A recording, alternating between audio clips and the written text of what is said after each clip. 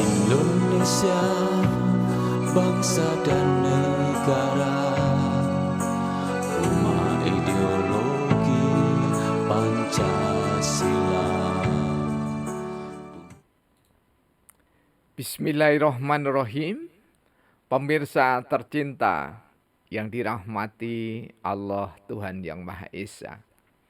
Bersua kembali di kanal Hikmatologi.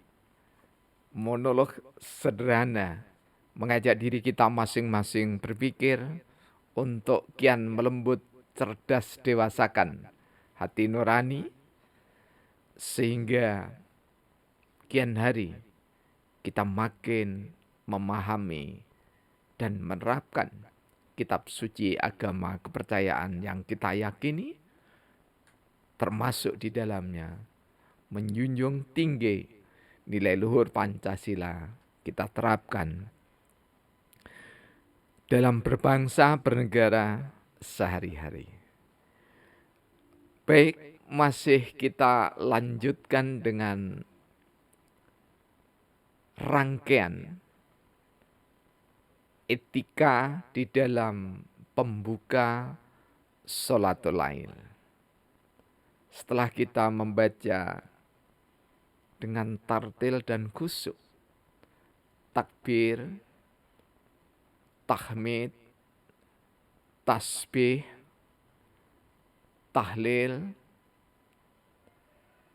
istighfar, maka pada gilirannya kita memulai segala doa kita dengan berselawat untuk Rasulullah Muhammad Sallallahu Alaihi Wasallam. Jika hamba mukminin dan mukminat rajin sekali melantunkan selawat, yang itu merupakan rangkaian doa yang diteladankan oleh Rasulullah Muhammad Sallallahu Alaihi Wasallam, maka tak berarti Rasulullah butuh bantuan kita untuk mendoakan. Namun, teladan itu lebih ditujukan pada upaya untuk membangun tali kasih, tali hubungan antara Nabi Rasul tercinta Muhammad Sallallahu Alaihi Wasallam dengan kita hamba-hamba Allah. Doa untuk insan terpuji, Rasulullah termulia, rahmatan lil alamin, maka semata-mata mentaut kelindankan rasa cinta antara umat dengan nabinya. Karena itu, setelah usai dengan 5 zikir utama, maka kita sebelum masuk pada zikir untuk diri kita secara etis, kita lantunkan selawat Ibrahimiyah, yakni adalah selawat yang ada di dalam bacaan tahiyat, selawat yang ada di dalam bacaan tawaruk kita. Allahumma sholli ala Muhammad. Ada yang melantunkan Allahumma sholli ala Sayyidina Muhammad. Silahkan sampai dengan fil alamina innaka hamidum majid atau innaka hamidum majid.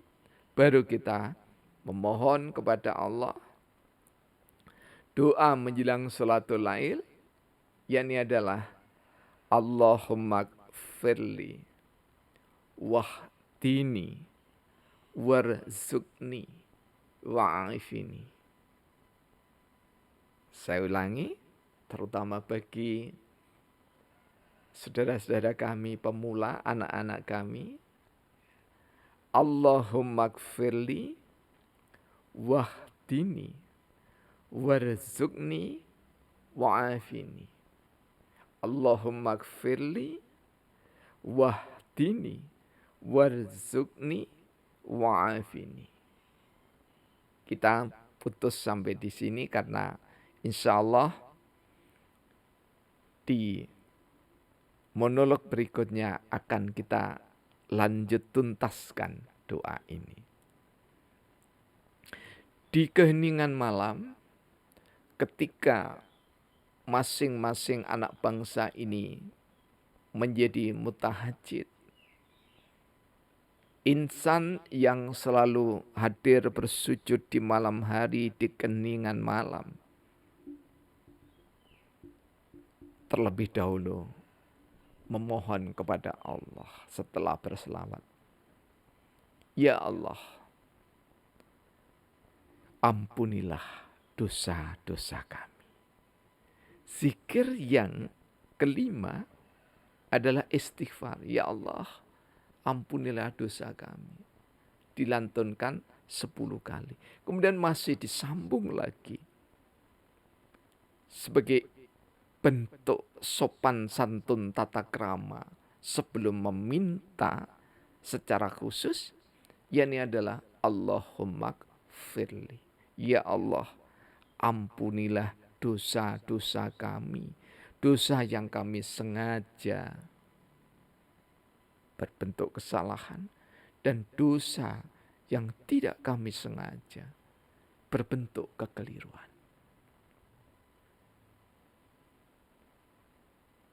Kemudian yang kedua adalah kita memohon kepada Allah. Setelah kita begitu yakin kita akan diampuni oleh Allah, maka kita memohon, wahdini, ya Allah, senantiasa berikanlah petunjuk kepada kami. Jadi memohon petunjuk itu bukan satu kali tapi berkali-kali, setiap saat, setiap hari. Bahkan di dalam terminologi tasawuf, Profesor Buya Hamka dalam karyanya Tasawuf Modern membentang, menganalisis dan mencontohkan sekaligus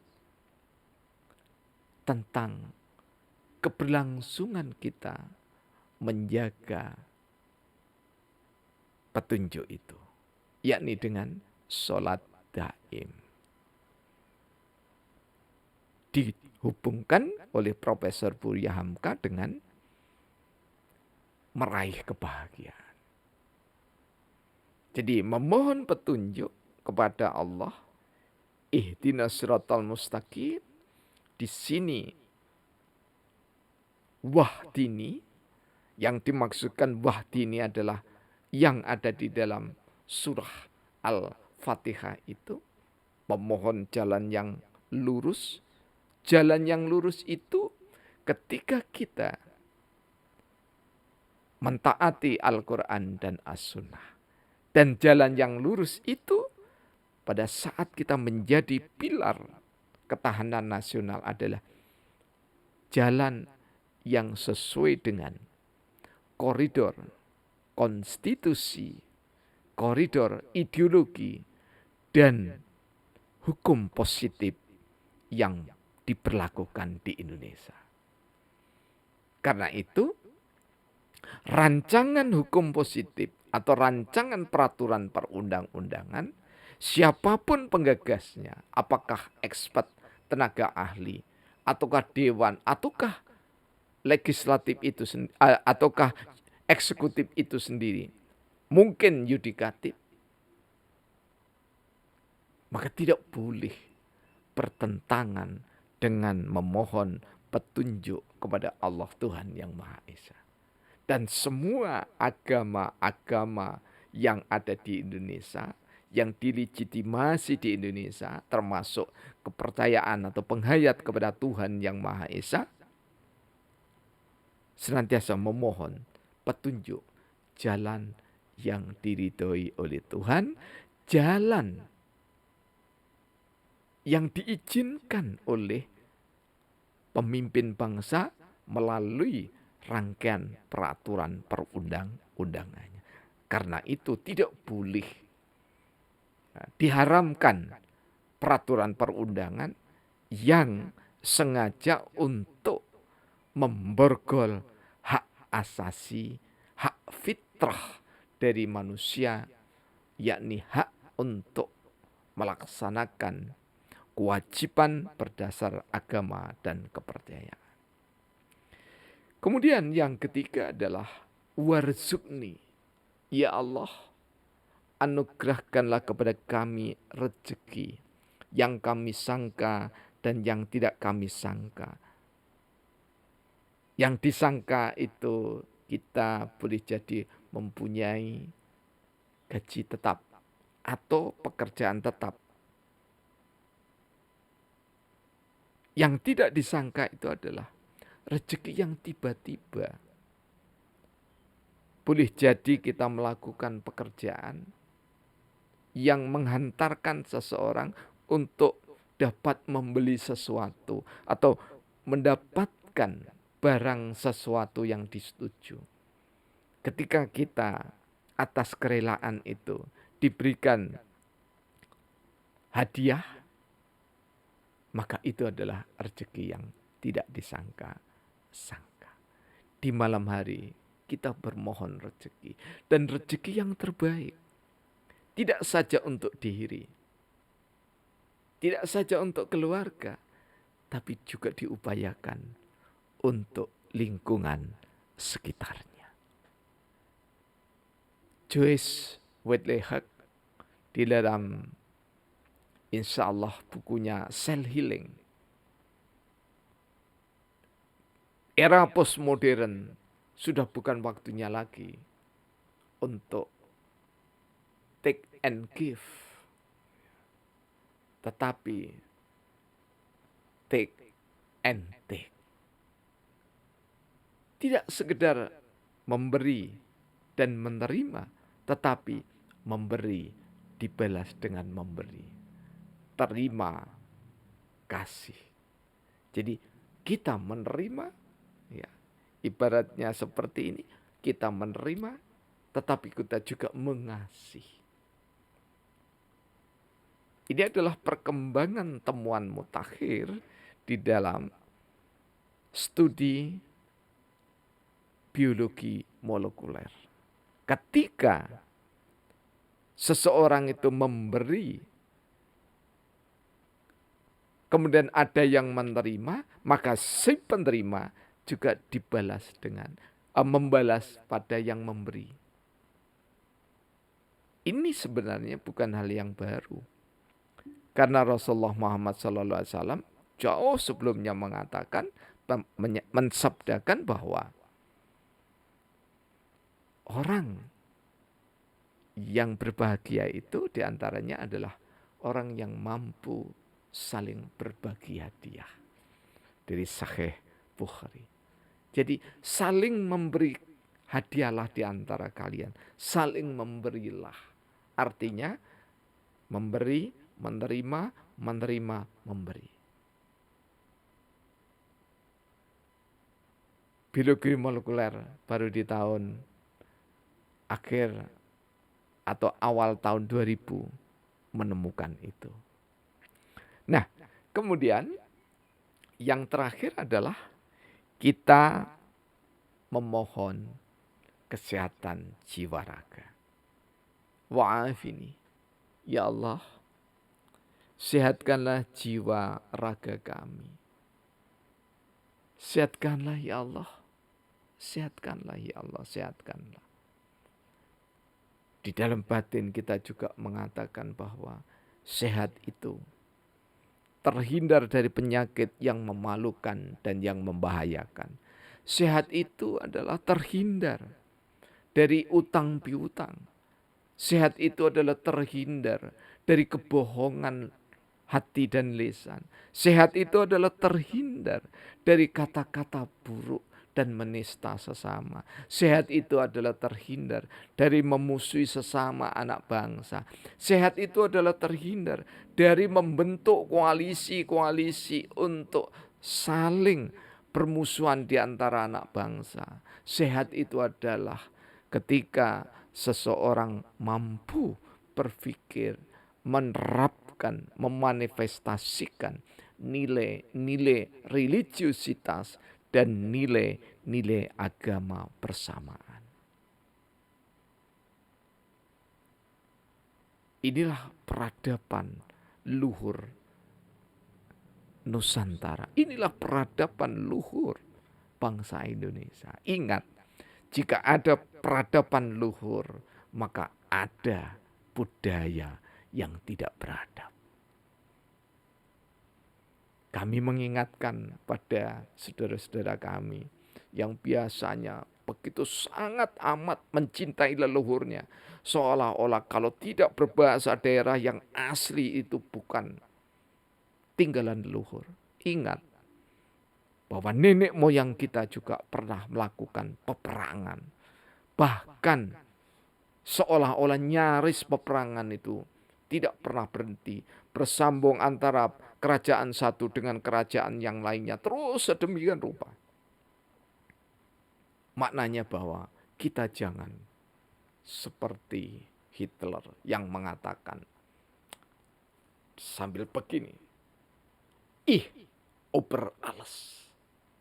Bangsa Arya adalah bangsa yang di atas segala bangsa. Yang terbaik, yang termulia, yang tertinggi. Sembari menistakan bangsa-bangsa yang lain. Itu bukan tinggalan leluhur. Itu bukan nilai luhur dari pengejauhan tahan Pancasila. Jika kita menyadari Allahumma gfirli, kita senantiasa bisa jadi terjebak kepada dosa, memohon ampun. Dan kita senantiasa boleh jadi terjebak dalam jalan kenistaan, kita mohon petunjuk wahdini. Kemudian kita senantiasa agar hidup berkecukupan, mohon rezeki warzukni, dan kita supaya dapat melaksanakan seluruh rangkaian ibadah agama dan kepercayaan, termasuk di dalamnya menjadi pilar ketahanan nasional. Kita memohon wa'afini, sehat jiwa raga kita. Semoga bangsa kita makin hari makin sehat jiwa raga kita, terutama para pemimpin-pemimpinnya, sehingga bisa menjadi teladan di tengah-tengah pergaulan bangsa dan bangsa-bangsa dunia. Semoga bermanfaat. Tuhan senantiasa memberkahi kita semua. Alhamdulillahirabbil alamin.